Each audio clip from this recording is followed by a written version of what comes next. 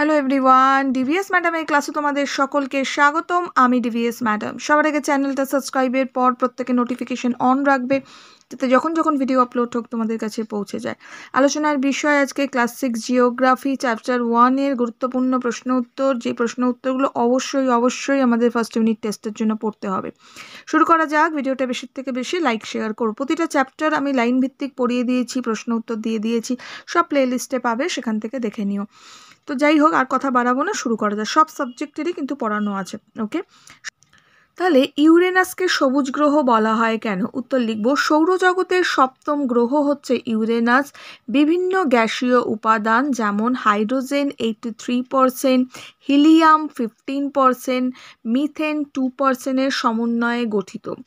এই গ্রহের উপরিস্তরে মিথেন গ্যাসের প্রাধান্য থাকায় এই গ্রহ লাল আলোকে শোষণ করে নেয় এবং গ্রহটি সবুজ রঙের দেখায়। ক্লিয়ার? পরের প্রশ্নে চলে যাব। নেক্সট প্রশ্ন, শনি বলয়ের পরিচয় দাও। উত্তর লিখব, শনির চারপাশে ঘূর্ণায়মান লক্ষ কোটি পাথরের কুচি, বরফের কণা, ধূলিকণা ও গ্রহকণা বিভিন্ন মহাজাগতিক বস্তুগুলির উপর সূর্যালোক পড়লে বলয় বা চক্রের মতো লাগে। এটি শনি গ্রহের বলয় নামে পরিচিত।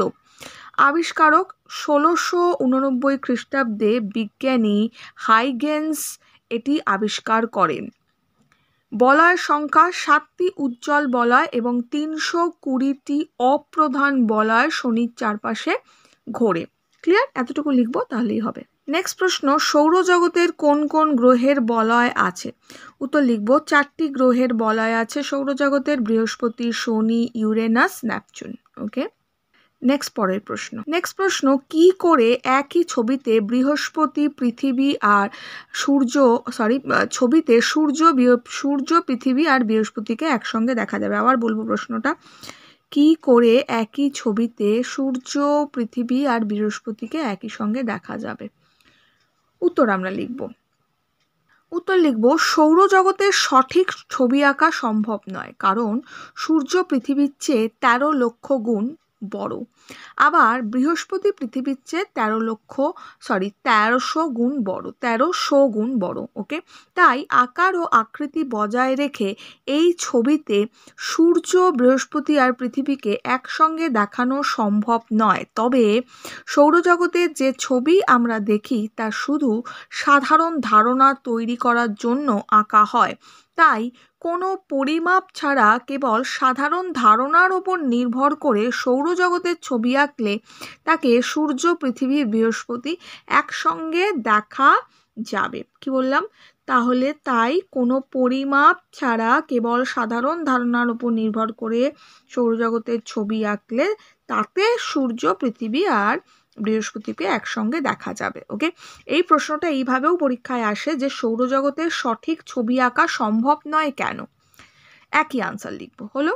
নেক্সট প্রশ্ন, বুধ সূর্যের নিকটতম গ্রহ হলেও শুক্র গ্রহের উষ্ণতা সবচেয়ে বেশি। এটা উষ্ণতা হবে সবচেয়ে বেশি কেন? উত্তর লিখব, বুধ সূর্যের সবচেয়ে কাছের গ্রহ হওয়ায় এর গড় উষ্ণতা প্রায় 430 ডিগ্রি সি, কিন্তু দ্বিতীয় স্থানে থাকা শুক্র গ্রহের গড় উষ্ণতা, প্রত্যেকটা উষ্ণতা এসছে, এটা উষ্ণতা হবে, উষ্ণতা প্রায় 465 ডিগ্রি সি, কারণ শুক্র গ্রহের বায়ুমণ্ডলে রয়েছে প্রচুর কার্বন ডাই অক্সাইড, যা উষ্ণতাকে ধরে রাখতে সাহায্য করে। নেক্সট প্রশ্ন, অতিকায় গ্যাসীয় গ্রহ বলতে কি বোঝো? উত্তর লিখব, বৃহস্পতি, শনি, ইউরেনাস, নেপচুন এই গ্রহ 4টি সৌরজগতের অপর 4টি গ্রহের তুলনায় আয়তনে অনেক বড় এবং হাইড্রোজেন, হিলিয়াম, মিথেন প্রভৃতি গ্যাসে পরিপূর্ণ।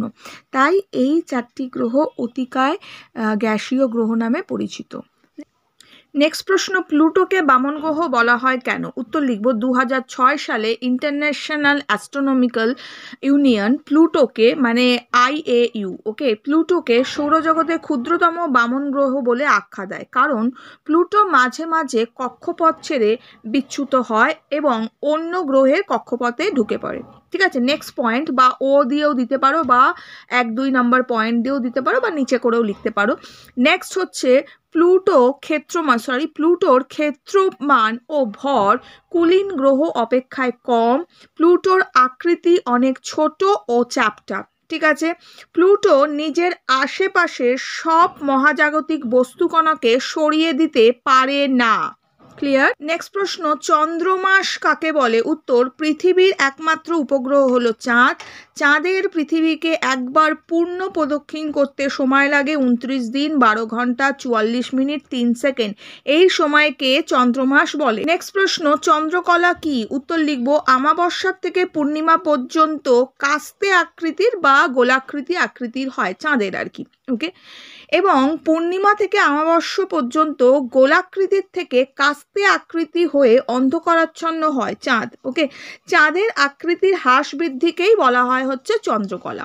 ক্লিয়ার? নেক্সট প্রশ্ন, চাঁদের কলঙ্ক কাকে বলে? উত্তর লিখব, চন্দ্রপৃষ্ঠে রয়েছে গভীর বড় বড় গর্ত, পাহাড়, জ্বালামুখ, জলহীন সমুদ্র, আর রয়েছে প্রচুর ধূসর বালি, ধূলিকণা। বায়ুমণ্ডলহীন চন্দ্রপৃষ্ঠে সূর্যের আলো পৌঁছতে পারে না, সেই জন্য চন্দ্রপৃষ্ঠে অবস্থিত অবনমিত স্থানগুলিও আলো পায় না।